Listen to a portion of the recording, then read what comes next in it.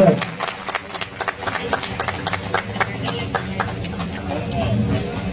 पिछले 7 दिनों से अनशन पर बैठे हुए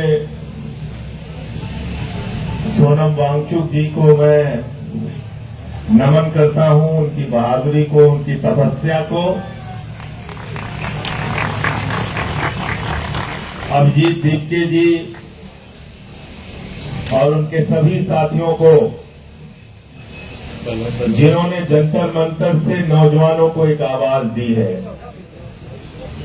आवाज दी है पेपर लीक के खिलाफ, आवाज दी है सरकार की तानाशाही के खिलाफ।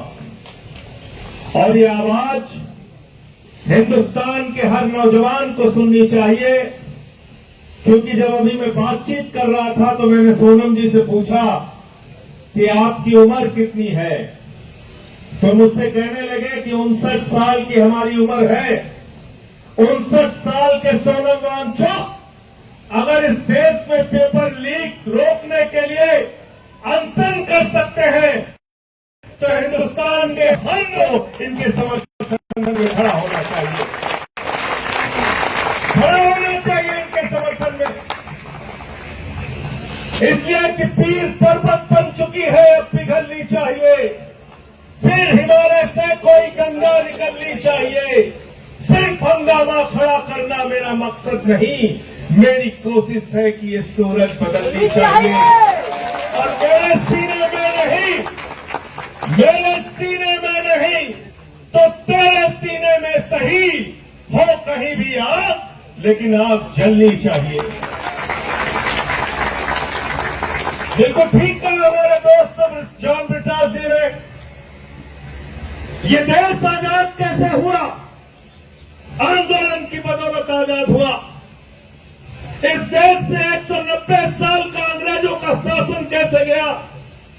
राष्ट्रपिता महात्मा गांधी के आंदोलन से गया, नेताजी सुभाष चंद्र बोस के आंदोलन से गया, शहीद आजम भगत सिंह की कुर्बानी से गया, शहीद सुखदेव, शहीद राजगुरु, शहीद अशफाकुल्ला, शहीद रोशन सिंह, शहीद राजेंद्र लड़ी और 16 साल के खुदीराम बोस ने जब फांसी के फंदे को चूमा तब मुल्क आजाद हुआ। ये मुल्क उन लोगों की बदौलत याद नहीं, याद रखना, उन लोगों की बदौलत, उन लोगों की बदौलत ये मुल्क आजाद नहीं हुआ जो उस जमाने में अंग्रेजों की दलाली कर रहे थे। नाम ले लूंगा तो मुश्किल हो जाएगी, नाम ले लूंगा तो मुश्किल हो जाएगी। सदन में मुझसे कहने लगा वंदे मातरम पे बहस करो। मैंने कहा पे ही मानो, 4 लोगों का नाम बताओ जो वंदे मातरम लगा के तुम्हारे पुरखे जेल गए थे। 4 के नाम बताओ। वंदे मातरम की बात करते हो, भारत माता की जय की बात करते हो, तुम लोग बात करते हो जिन्होंने अपने मुख्यालय पे 52 साल तक भारत माता का तिरंगा झंडा नहीं फहराया। उनसे कोई देशभक्ति का प्रमाण पत्र नहीं चाहिए। मुझे बहुत अफसोस है कि देश के शिक्षा मंत्री ने हमारे नौजवानों को देशद्रोही कहा। मुझे बहुत अफसोस और पीड़ा है कि इन नौजवानों को अपमानित करने का काम किया गया जो जंतर मंतर से अपनी आवाज लगा रहे हैं। मैं भारत के प्रधानमंत्री नरेंद्र मोदी और देश के शिक्षा मंत्री से कहना चाहता हूं, ये अपने हक के लिए यहां पर है, पेपर लीक को रोकने के लिए यहां पर है, और पेपर लीक पूरे हिंदुस्तान में रुकवा कर दम लेंगे। ये इनकी लड़ाई उस बात के लिए है। तुम इनको देशद्रोही कह रहे हो? जो भी अपने लिए खड़ा होता है, अपने लिए आवाज उठाता है, वो देशद्रोही हो जाता है।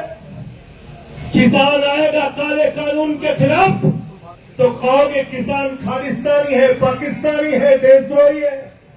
नौजवान आएगा पेपर लीक के खिलाफ तो उसको कहोगे देशद्रोही है, देशद्रोही है।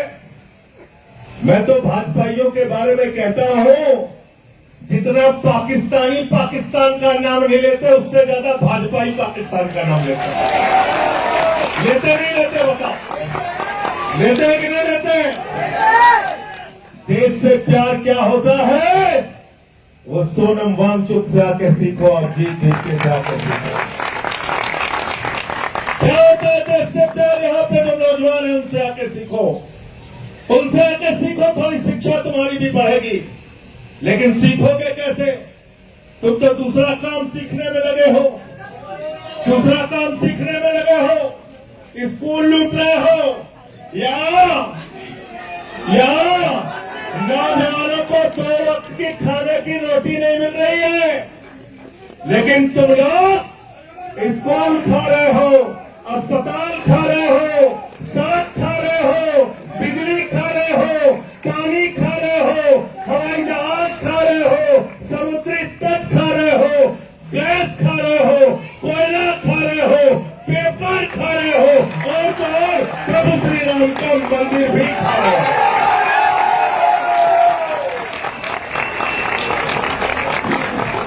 मैं बड़ा हैरान था कि सब कुछ तो खा गए, अब क्या खाएंगे? कोयला खा गए, गैस खा गए, बिजली खा गए, पानी खा गए, सड़क खा गए, पुल खा गए, जहाज खा गए, अब पेट्रोल खा रहे हैं, उसमें कह रहे हैं एथेनॉल मिला के गाड़ी खाएंगे। गाड़ी खा रहे, स्कूटर खा रहे, बस खा रहे। मैं सोच रहा था सब खा गए, अब क्या खाएंगे? कहने के संजय सिंह जी गलत फहमी मत पालो, अब हम प्रभु श्री राम का मंदिर खाएंगे, वहां का चंदा खाएंगे। चंदा चोरी कर रहे हैं। तो मैं ये कहना चाहता हूं, जिन्होंने भगवान को नहीं बख्शा वो ना तो राम के हैं, ना आप के हैं, ना किसी काम के हैं। गलत तो नहीं कह रहा हूं? प्रधानमंत्री जी हर 15 दिन पे बात करने आ जाते हैं। क्या कहते हैं? मन की बात। परीक्षा ऐसे देना बच्चों, हाई स्कूल में ऐसे पढ़ना, इंटर में ऐसे पढ़ना, सुबह उठ के ऐसे जाना, रात में ऐसे याद करना। कई लोग रोने लगते हैं, कहते कितने बढ़िया प्रधानमंत्री, बताओ बच्चों को परीक्षा पे चर्चा कर रहे हैं, परीक्षा पे चर्चा कर रहे हैं। 93 पेपर लीक हो गए हिंदुस्तान में। मैं भारत के प्रधानमंत्री से कहना चाहता हूं, एक बार पेपर लीक पे चर्चा करके दिखाओ पूरे हिंदुस्तान का नौजवान पेपर लीक पे चर्चा।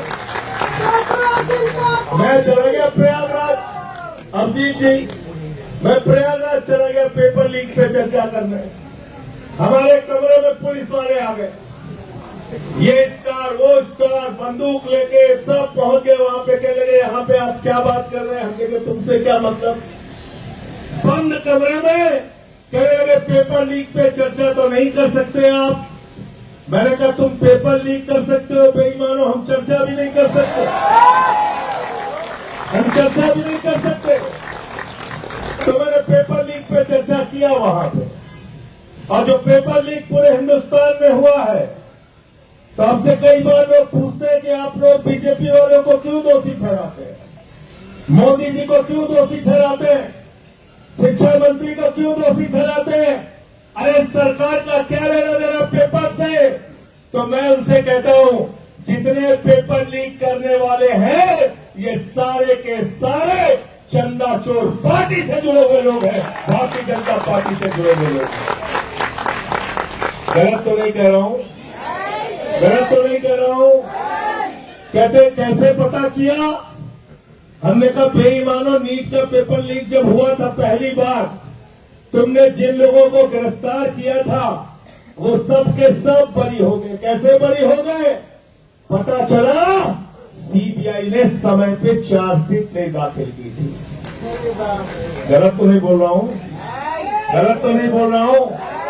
बताओ अगर प्रधानमंत्री शामिल नहीं है, बताओ अगर इनकी पार्टी शामिल नहीं है, तो प्रधानमंत्री के नीचे काम करने वाली सीबीआई ने पेपर लीक के माफियाओं के खिलाफ समय पे चार्जशीट दाखिल क्यों नहीं की? उनको सजा क्यों नहीं दिलाई आज तक? बताओ जरा हमको सारी सवाल का जवाब दो। इनसे जरा सावधान रहना। ये आपके आंदोलन को कमजोर करने की तरह तरह की कोशिश करेंगे। मैं देखता हूं यहां पे भी कुछ लोग आ जाते हैं अंधभक्त। आते नहीं आते हैं बीच में उलझाने के लिए, हिंदू मुसलमान करने के लिए। कहते हैं कि नहीं कहते हैं? उनसे ये कहना, जितने स्कूल बंद हुए हिंदुस्तान में, 1 लाख सरकारी स्कूल बंद हुए। 1 लाख सरकारी स्कूल। कौन पढ़ता है उन सरकारी स्कूलों में? गरीब का बच्चा, पिछड़े का बच्चा, दलित का बच्चा। 1 लाख सरकारी स्कूल हिंदुस्तान में बंद हो गए। 1,20,000 सरकारी स्कूल हिंदुस्तान में है, जिसमें सिर्फ एक टीचर काम करती है। 90,000 सरकारी स्कूल हिंदुस्तान में ऐसे हैं जिसमें बच्चियों के लिए टॉयलेट का इंतजाम नहीं है। इस देश में हजारों लाखों सरकारी स्कूल ऐसे हैं जहां पे मिड डे मील में बच्चों को नमक रोटी खाने के लिए दी जाती है। उनके चावल में कीड़े पड़ जाते हैं। मैं पूछना चाहता हूं, हिंदुस्तान के अंदर लोगों को बांटने वाले लोगों, बताओ, जो नारा लगाते हो जिस हिंदू का खून न खोला, इन बच्चों के स्कूल बंद होने पर तुम्हारा खून क्यों नहीं खोलता? क्यों नहीं तुम सड़कों पे आते हो पेपर लीक के सवाल पे? और जंतर मंतर पे समर्थन करने के लिए आओ, और इनका साथ दो नौजवानों का। और 20 तारीख से संसद शुरू होने जा रही है। मैं आज इस जंतर मंतर से देश के प्रधानमंत्री को कहना चाहता हूं, जो सोनम वांगचुक का मुद्दा है, अभिजीत डुबके का मुद्दा है, हिंदुस्तान के करोड़ों नौजवानों का मुद्दा है, उस मुद्दे का समाधान जल्दी से कर दो, वरना 20 के बाद देश की संसद को चलने नहीं देंगे। आपके खिलाफ लड़ाई लड़ने का काम करेंगे। और विकास जानते हैं, हम तो ऐसे ही बदनाम है। ये लोग 3 काला कानून लेके आए थे, मैंने माइक तोड़ दिया। जिस माइक से वो काला कानून पास करने जा रहे थे, मैंने माइक तोड़ दिया। मुझे उठा के सस्पेंड कर दिया। भाजपा नाराज हो गए, कहने लगे देखिए संजय सिंह ने माइक तोड़ दिया, माइक तोड़ दिया, माइक तोड़ दिया। मैंने कहा बेईमानो, तुमने किसानों की हड्डियां तोड़ी है, मैंने तो सिर्फ माइक तोड़ा, ये काला कानून वापस लिया। नहीं माने हमारी बात। 1 साल तक आंदोलन चला और 1 साल के बाद भारत के प्रधानमंत्री सामने आए, कहने लगे हमारी तपस्या में कमी नहीं। एक तो इतना रोंधा प्रधानमंत्री आज तक दुनिया के किसी देश में नहीं है। हर बात पे बेचारा रोने लगता है। कोरोना में लोग मर जाएंगे, उसके बाद रोने लगेगा आके। हर बात पे रोने लगता है प्रधानमंत्री हमारा। ऐसा प्रधानमंत्री है, चुनाव में गए उत्तर प्रदेश में, कहने लगे उत्तर प्रदेश के लोगों भारतीय जनता पार्टी को वोट दे दो। लोगों ने पूछा साहब क्यों वोट दे दे? बोले तुम्हें कोई चिंता करने की जरूरत नहीं। बोले साहब क्या क्या करोगे? तो देश का प्रधानमंत्री क्या कहता है, जरा ध्यान से सुनना। भारत का प्रधानमंत्री उत्तर प्रदेश में स्कूल बनाने के लिए नहीं कहता, अस्पताल बनाने के लिए नहीं कहता, सड़क बनाने के लिए नहीं कहता, रोजगार देने के लिए नहीं कहता, फैक्ट्री लगाने के लिए नहीं कहता, पेपर लीक रोकने के लिए नहीं कहता। देश का प्रधानमंत्री कहता है भाइयों और बहनों, जरा हमको बताओ, अगर गांव-गांव में कब्रिस्तान है तो शमशान होना चाहिए।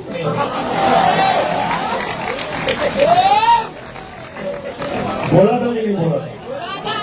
बोला था कि नहीं बोला था? गलत तो नहीं कह रहा हूं। जिस देश का प्रधानमंत्री बच्चों के स्कूल की चिंता नहीं करता, अस्पताल की चिंता नहीं करता, रोजगार की चिंता नहीं करता, तुम्हारे भविष्य की चिंता नहीं करता, जिस देश के प्रधानमंत्री का मकसद गांव-गांव में शमशान बनाने का है, वो तुम्हारा भला कभी नहीं कर सकता, याद रखना। अब उसके चेले ने कहते हैं विश्व गुरु है, 56 इंच का इनका सीना है। मैंने कहा भाई 56 इंच का इंसान का सीना नहीं होता, जानवरों का हो सकता है। ये पहले कहना बंद करो, ऐसे प्रधानमंत्री का अपमान मत करो, ये गलत बात है। अब हमें गधे घोड़े का नापना पड़ेगा कितने इंच का सीना होता है। क्या लगे 56 इंच का, 56 इंच का। अब रोज ट्रंप डांटता रहता है, रोज डांटता रहता है, कहता है रूस से तेल मत खरीदना। बोले जी हुजूर, बोले हम देखेंगे तुम्हारे ऊपर। बोले जी हुजूर। बोले अगर पकड़े गए मुझसे तेल खरीदते हुए तो टैरिफ बढ़ा देंगे। कह लगे जी हुजूर हम नहीं खरीदेंगे, नहीं खरीदेंगे। आज देश में महंगाई किसकी वजह से? स्टेट ऑफ हॉर्मोज से, जहां से 50% तुम्हारा कच्चा तेल और 60% गैस आती थी। वो स्टेट ऑफ हॉर्मोज क्यों बंद हुआ? देश के प्रधानमंत्री की गलत नीतियों के कारण। इनको कहीं भी मेडल के लिए बुला लो, चले जाएंगे। मैं तो कह रहा हूं अभिजीत दीपके को सीजेपी के तरफ से 1 मेडल प्रधानमंत्री के लिए घोषित कर दो। देखो जंतर मंतर पे भी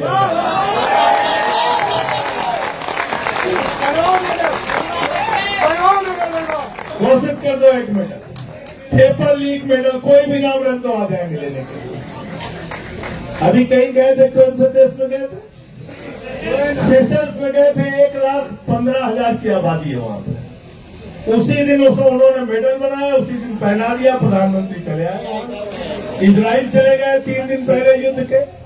तो भारत के प्रधानमंत्री, उनको पूरी दुनिया में घूम घूम के चिंता है। देश में हिंदू मुसलमान करके लोगों को बांटने की चिंता है। देश के अंदर नफरत फैला के अपने वोट की राजनीति करने की चिंता है। लेकिन पेपर लीक कैसे खत्म हो, इस बात की चिंता अगर प्रधानमंत्री को नहीं है, तो मैं पूरे देश के नौजवानों को आह्वान करना चाहता हूं फिर से एक बार कि एक तरफ 59 साल के हमारे सोनम वांगचुक हैं और दूसरी तरफ हमारा ये भाई, ये नौजवान साथी अभिजीत के हैं। इनके कंधे से कंधा मिलाने के लिए आओ। हमारा ये रंगा भाई है, इनके साथ दो। हमारे एक जितने भी साथी हैं इस जंतर मंतर के आंदोलन में, मैं सर झुका के आप सबको नमन करता हूं, आपके हौसले को नमन करता हूं और यकीन दिलाना चाहता हूं कि सिर्फ बातों में यकीन मत रखना। यहाँ पे बहुत सारे लोग आएंगे, बोलेंगे और चले जाएंगे, लेकिन हम आपके लिए करते क्या है उसके ऊपर पूरी नजर रखना। अगर संसद चली और हमारी और जॉन विकास की आवाज वहां पर सुनाई नहीं दी, तो सवाल हमसे भी करना। और जो लोग आके यहाँ पर बड़ी बड़ी बातें करेंगे, सवाल उनसे भी करना, सवाल उनसे भी करना। वो शख्सियत आपके बीच में है सोनम वांगचुक जी, जिन्होंने लद्दाख के अधिकारों के लिए लड़ाई लड़ी। हम लोगों की फोन पर उस समय कई बार बातें होती थी। 16 दिन का अनशन इन्होंने किया, 21 दिन का अनशन इन्होंने किया, कई 100 किलोमीटर की पद यात्रा इन्होंने की। आप लोगों ने कई देश के कई हिस्सों में जाके आंदोलन किया, नौजवानों की आवाज उठाई। इस आवाज को कमजोर मत होने देना। आपके सिर्फ जंतर मंतर पर बैठने से पूरी सत्ता कहीं न कहीं हड़बड़ाई, बौखलाई और डरी हुई है। और डरपोक लोग ये सिर्फ पुलिस के भरोसे अपनी छाती चौड़ी करके घूमते हैं। मैं पुलिस के जवानों से भी कहना चाहता हूँ, हमारे बीच में हरेंद्र यादव है, हरेंद्र यादव जी है और हमारे साथी है। ये सेना में इन्होंने कई वर्षों तक भारत की सेवा की है। मैं आप लोगों से भी कहना चाहता हूँ, पुलिस के जवानों से, मैं पुलिस के अधिकारियों से भी कहना चाहता हूं, तुम्हारे बच्चे भी पेपर लीक से परेशान हैं। तुम्हारे बच्चों का भी पेपर लीक होता है। अगर सरकार डंडा मारने को कहे तो डंडा सड़क पे चला के तोड़ देना, बच्चों को ऊपर मत चलाना। ऐसा किया था, एक जमाने में किया था। जब इस देश में आपातकाल लगा था तो उसके खिलाफ जब नौजवानों ने आंदोलन किया था तो पुलिस के लिए नारा लगता था, ये अंदर की बात है पुलिस हमारे।